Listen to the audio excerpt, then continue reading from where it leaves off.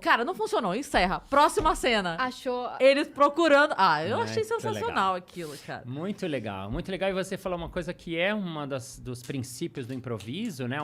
Uma das coisas que fazem... o improviso trabalha com isso muito forte, que é a coisa do erro. No improviso, a gente joga muito com o que dá errado.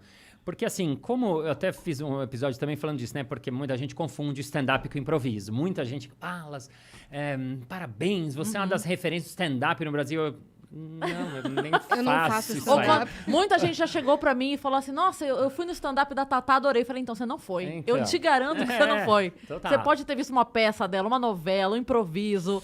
O stand-up dela você não viu, eu tenho certeza. Porque começaram a juntar tudo no mesmo balaio e tudo bem, é só a gente explicar, assim, não tem nenhum problema, até porque eu... É porque claro. tem gente que faz show de improviso e show de stand-up, né? Sim, também E tem gente aí, que faz os na dois. cabeça Sim. das pessoas que não manjam muito do que é cada um, O Oscar, a gente sim. associa... O look. Sim. A gente associa. Sim, é verdade. E tudo bem, é só quando eu quero explicar, ou que eu vou dar curso, ou vou dar aula, ou para essa plateia maravilhosa que a gente tem de milhares de pessoas que assistem o Vênus Podcast. Eu no começo até eu falava assim, a diferença do stand-up pro improviso, no começo eu falava, é tipo uma laranja e uma mexerica. Os dois são fruta, mas são parecidos, mas são diferentes. Depois, quando eu fui pensar mesmo, quando eu comecei a explicar isso melhor, eu falava assim, é tipo uma laranja e uma maçaneta. Porque são muito diferentes. Nada a ver. Não tem nada a ver. Eles parecem, mas não tem nada. Porque Na verdade, é uma maçã e uma maçaneta. Boa, melhor. Obrigado. Já me deu um exemplo Olha melhor aí. que o meu. Uma maçã e uma maçaneta, que é a neta dela, né? Que enfim. E poderia falar isso, né? Perfeito. E por quê? Porque no stand-up, né? Bom, a Cris sabe explicar melhor que eu, mas no stand-up o comediante, ele é um roteirista, ele escreve a piada dele, ele lapida a piada, ele pensa tudo antes para na hora apresentar para a plateia. O improviso trabalha no inverso. O improvisador, ele pode treinar, pode se preparar, mas assim, na hora ele realmente tem que estar vazio para criar a cena no momento. E realmente ela é criada no momento. Por isso que o nosso programa chamava Tudo Improviso, porque era uma dúvida. Mas vocês pensam antes, vocês comem? Não, é feita na hora. E mesmo que você pense, tipo assim, mesmo que você use alguma piada ou alguma coisa que você já tinha pensado antes por qualquer motivo, não foi isso que trouxe a cena. A cena pode te levar a você falar, cara, lembrei de uma coisa que eu pensei ontem. Sim. E no meio da cena, mas Eventualmente isso sai. é 5% Sim. do 95%. E o stand-up é exatamente o contrário. Isso, exato. A gente faz improviso durante o show de stand-up? Sim, às vezes faz. Cai um pato de batata frita, a gente zoa. Mas isso é 5% de 95% que estava escrito. Isso, perfeito. Então é exatamente o oposto. Exatamente. Eventualmente você vai usar alguma coisa que você já tinha pensado, mas é aqui, ó. Perfeito. Uma pitada de alguma coisa que a cena já tava rolando totalmente zerada. Que é uma coisa admirável pra caralho. Inclusive, eu falei da Tatá aqui, foi uma discussão que nós tivemos. Discussão, que eu quero dizer, uma Conversa. É porque qualquer coisa, discussão já é pejorativo. Já viram- Ótimo, já virou um corte. Nossa. Obrigada, hein, Cris? Vamos ter uma clipe Não, mas Essa foi minha discussão com a Tatá. essa foi uma discussão com a Tatá. Não, porque, na verdade, assim, eu tava falando pra ela, eu acho muito mais difícil o que você faz. Porque eu tenho a possibilidade de pensar antes e escrever antes. E ela falando, eu acho muito mais difícil o que você faz, porque você tá sozinha no palco e só depende de você. A hora que eu não penso uma piada, que eu tô no improviso, tem mais 4 pessoas comigo e uma vai pensar. E a gente ficou nessa, não, mas tudo bem, eu tô sozinha, mas eu pensei antes. Ela falou, tudo bem, eu não pensei antes, mas eu tenho mais 5 pessoas comigo. E a gente nessa, não, o seu é muito mais difícil, sabe o Homem-Aranha? O seu é muito mais difícil, o seu é muito mais difícil. E a gente ficou nessa, porque eu não sou do improviso, eu acho muito mais difícil o improviso. Sim. E ela não é do stand-up, acha muito mais difícil fazer stand-up, óbvio, né? Total. Eu fiz uma vez um programa com... Enfim, desses programas de canal aberto, de canal fechado, e um dos caras era o Dr. Luiz Fernando, que até foi na Fátima, ele é neurocirurgião infantil, enfim. E ele foi ver meu espetáculo, quando acabou, ele falou, nossa, Balas, isso que você faz é muito difícil. Falei, doutor, neurocirurgião infantil. O senhor pega o cérebro de uma criança, opera, devolve, a criança fica boa, e você acha que o que eu faço é difícil? O cara opera um cérebro de criança e trata e cura. Né? Então, claro, para cada um o que faz é mais fácil. É mais fácil, você tá isso. habituado, você conhece as técnicas, você, enfim, trabalha com isso há muito tempo, vai ficando cada vez mais fácil, óbvio, né? Mas eu tava falando e só para terminar essa coisa do conceito do improviso, então o stand-up improviso, cada um tem o seu modus operandi, seu jeito de ser, né? E agora, uma das coisas que é muito forte no improviso é o erro, porque como está sendo tudo feito na hora, muita coisa dá errado. Você erra um nome de personagem, você erra uma coisa da história, da dramaturgia da cena, você tropeça numa cena, tudo acontece, muita coisa acontece.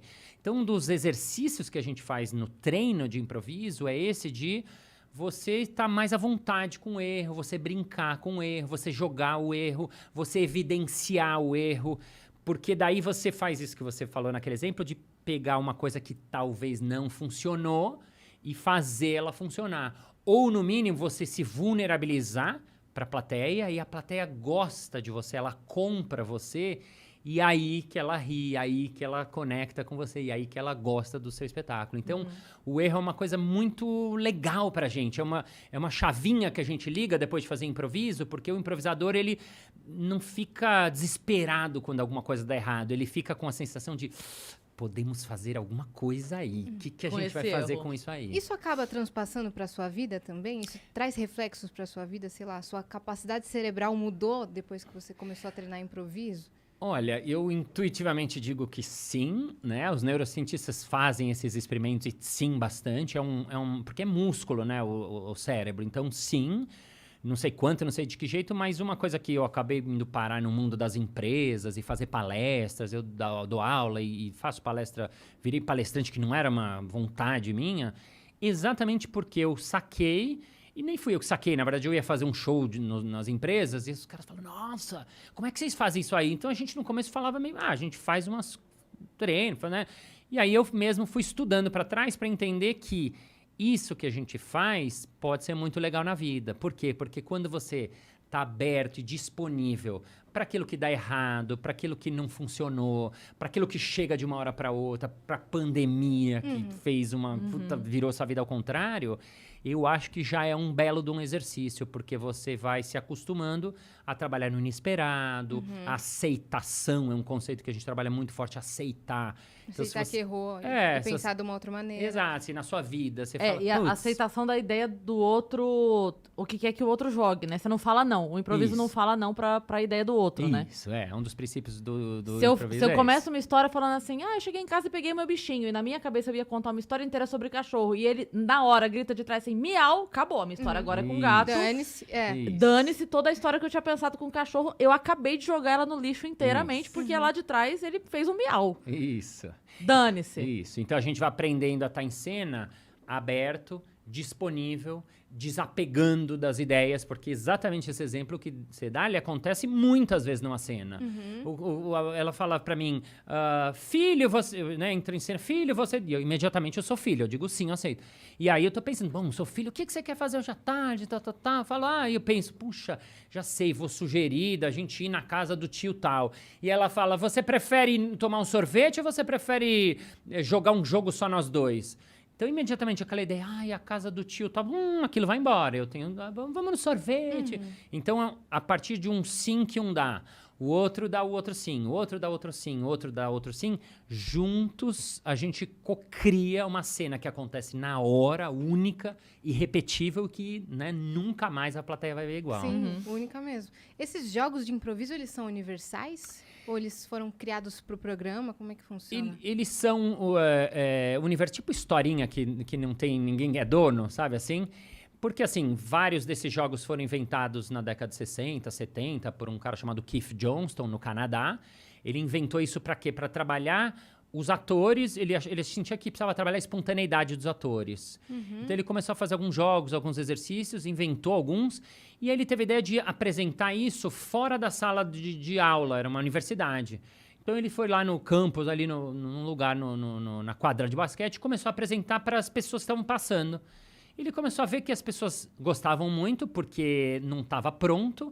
Quando dava errado, era muito legal. Quando dava certo, também era muito legal. E a plateia gostava de ver essa coisa que é inacabada, que ela tá vendo ser criada. E que você não sabe se a cena vai durar 30 segundos ou 3 minutos. Também. Sim. Em algum momento vai rolar uma piada e vai acabar, ou não vai rolar uma piada e a cena vai acabar, e enfim. A plateia fica assim. E aí ele falou, nossa, isso é muito legal. Se eu começasse a fazer isso como um espetáculo mesmo, porque o improviso... Caramba, isso foi quando? Desculpa. Década de 60. Caramba. É. Porque, assim, para falar histórica e de conceito, o improviso, como ferramenta no teatro, ele sempre existiu. Para a criação de um personagem, para a criação de uma história, para fazer uma peça nova. Então, é muito comum um grupo de teatro falar, bom, hoje a gente vai trabalhar, a gente quer fazer uma peça sobre adolescentes. Então, o diretor fala, vamos lá, vamos fazer pequenas improvisações sobre... Vamos lá, vocês dois são 2 adolescentes, valendo. E ele improvisa. Então, é uma ferramenta. O que começou a acontecer é que isso que era ferramenta de sala de ensaio começou a ser mostrado para a plateia. Então, a plateia começou a ver a criação acontecendo ali na hora. Aí que a gente está falando desse improviso que é mais moderno, mais contemporâneo, na década de 60, de 70, que começou a se popularizar. Daí, respondendo a essa pergunta dos jogos, e então começaram a se criar vários jogos, vários grupos começaram a jogar os jogos, e aconteceu aqui a mesma coisa. A gente começou a jogar os jogos que eu tinha visto na França, quando eu morei lá, que eram os primeiros. Eu conhecia 4 jogos. Então, o primeiro espetáculo que eu fiz jogando no quintal tinham 4 jogos que eu tinha visto na França, mais 2 que a gente inventou. Então, a gente inventou 2 jogos. Que eram quais? Que era um deles, é um jogo que eu adorava, que era o jogo mais difícil de todos, que chamava Jogo dos 10 Segundos. A gente falava a improvisação mais rápida do mundo. Que era o quê? Tá lá o jogador, né, o improvisador, que era um palhaço à época também, porque o Jogando no Quintal era uma mistura de palhaço e improviso, então tá o palhaço sozinho ali e a gente pede um tema para a plateia. Então a plateia dá um tema, o tema é coelho, o tema é noite no parque, o tema é Paranapiacaba. E aí o jogador ele tem 10 segundos para fazer uma cena com esse tema que ele recebeu ali na hora. É só 10 segundos. Então, é muito vertiginoso, é muito pouco tempo. Meu Deus do céu! Até a gente, depois fazendo muitos anos, sempre a gente ficava nervoso claro. Nesse. E é isso. E aí você tem que se virar em 10 segundos. E muitas vezes é legal, mas muitas vezes também não é legal. Sim. E o outro jogo? E o outro que a gente inventou, por exemplo, variações de jogos. Eu conheci um jogo de rimas que eu tinha visto na gringa também. E tem um clássico que é um estilo que é o conto de fadas. Então, quando na época eu dirigia lá o improviso com os Barbichas, eu falei, se a gente juntasse e fizesse um conto de fadas rimado, que a gente tem que contar uma história inteira de conto de fadas rimada. Era uma vez uma história, essa história é uma beleza, ela se passa com ela, nossa querida princesa. E aí, tudo no improviso. Tudo no improviso. Um continuava a história do outro. Isso. E aí, eles gostaram da ideia, mas assim, a gente não sabia se funcionava. Aí o que a gente faz? Qual que é o processo? A gente treina primeiro em sala, né? Então, a gente começou a ver se funcionava, ver se funcionava. Pode ser legal. Aí a gente mostra, aí a gente colocava no espetáculo. Aí, quando a gente colocou no espetáculo, a gente viu, putz, esse jogo é muito legal. Olha, algumas horas a gente pode ficar em silêncio também, que é legal, com o músico fazendo um fundo. Aí a gente faz de novo, já melhorando o jogo. Aí a gente de novo assiste. Olha, isso foi legal, isso funciona. Olha, essa hora o narrador, pode ter um narrador, pode ter o personagem, pode ser a princesa, pode ser o dragão. E aí a gente faz de novo, até que depois de, 5, 10 vezes que você fez, experimentou, né? Aí o jogo vai ficando bom, aí ele eventualmente é um novo jogo que acontece. Então, por exemplo, esse foi no seu primeiro grupo de improviso? O Conto de Fadas foi no segundo, que foi com eu tô misturando as duas coisas, né? O meu primeiro grupo foi o Jogando no Quintal. Esse foi o grupo que a gente começou a pesquisa do improviso no Brasil, assim, pelo menos para aprofundar, foi um dos grupos, ou o grupo que começou a fazer ele profundamente. E depois de uns 6 anos eu comecei a trabalhar com os Barbichas, dirigi-los no começo, porque eles não sabiam improviso e vieram pedir uma aula, e acabei virando amigos, acabei entrando junto com eles, e a gente também... Então foi meu segundo grupo importante de improviso. E antes você falou que você morou na França uma época, mas eu quero ir para antes ainda.